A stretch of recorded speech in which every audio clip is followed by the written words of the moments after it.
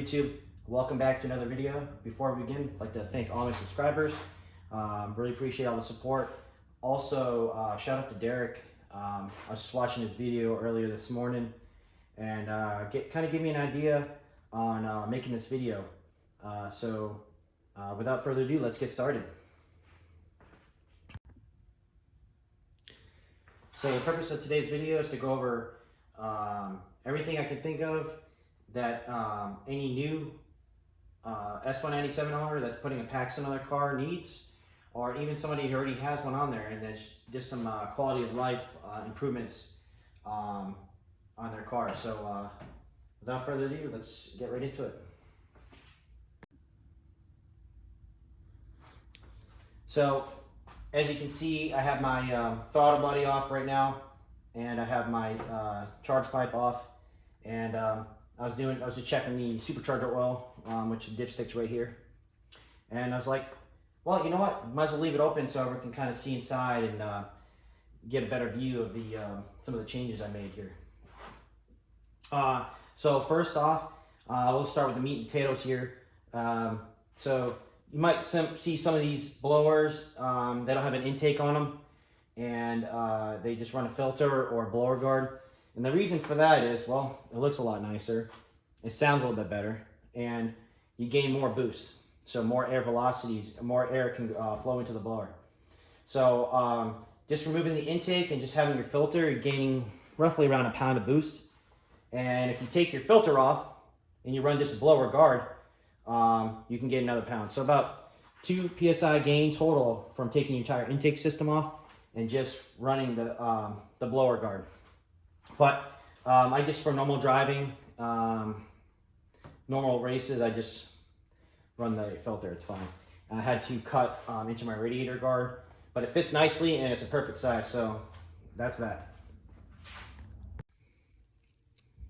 So the kit comes with a Vortex belt, and it wasn't too long after that where that started slipping and started getting belt dust on the back of the blower, as well as shiny streaks on the belt. So I was off to find a replacement that was better. And I was originally looking at a Gt screen belt, and I tried that and it did not work.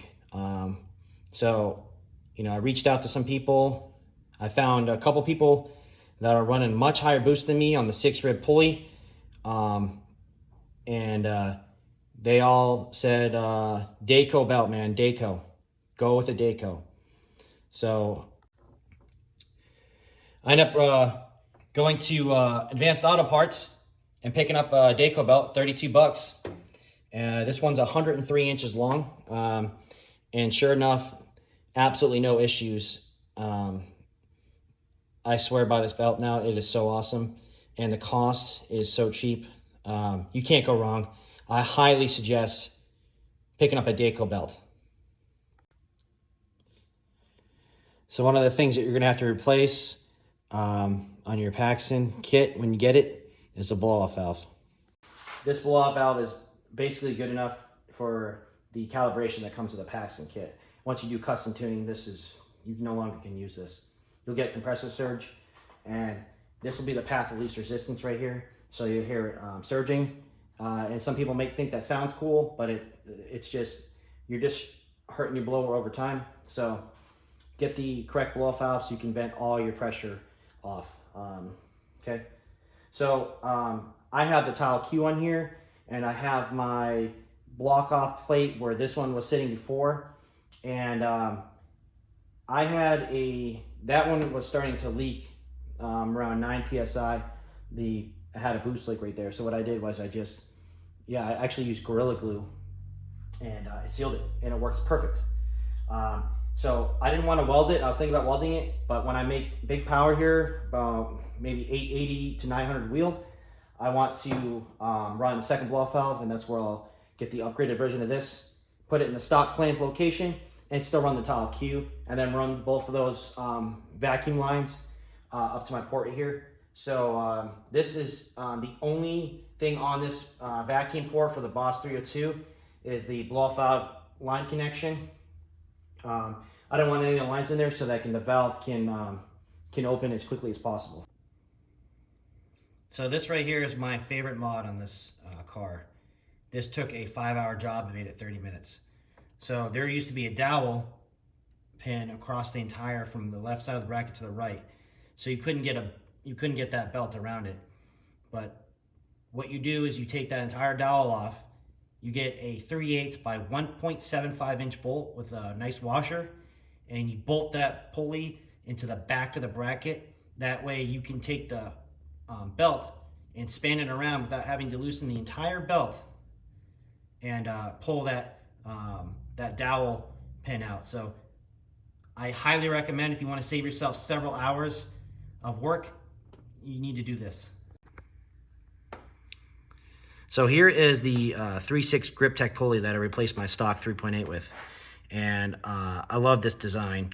If you ever want to pulley down, instead of having to loosen this bolt and pull everything off like on the stock one, all you do is loosen these 6 Allen bolts, grab your 15 on the tensioner, and then pull the belt off.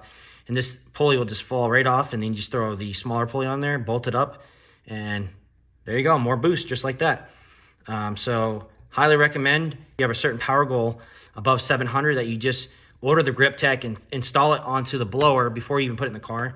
It just makes it that much easier. Alrighty, another thing, when you get your kit, it's going to come with a plastic coolant expansion overflow tank. And over time, mine started to balloon and started to leak out. It hasn't happened to everybody, but mine did. So JPC Racing sells a beautiful stock location replacement. It's lightweight aluminum, powder coated black, and it's absolutely fantastic.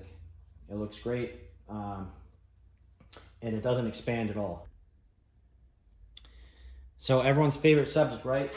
Everyone wants to know how much boost it's making, right? Boost is just a measure of resistance. It's just a number.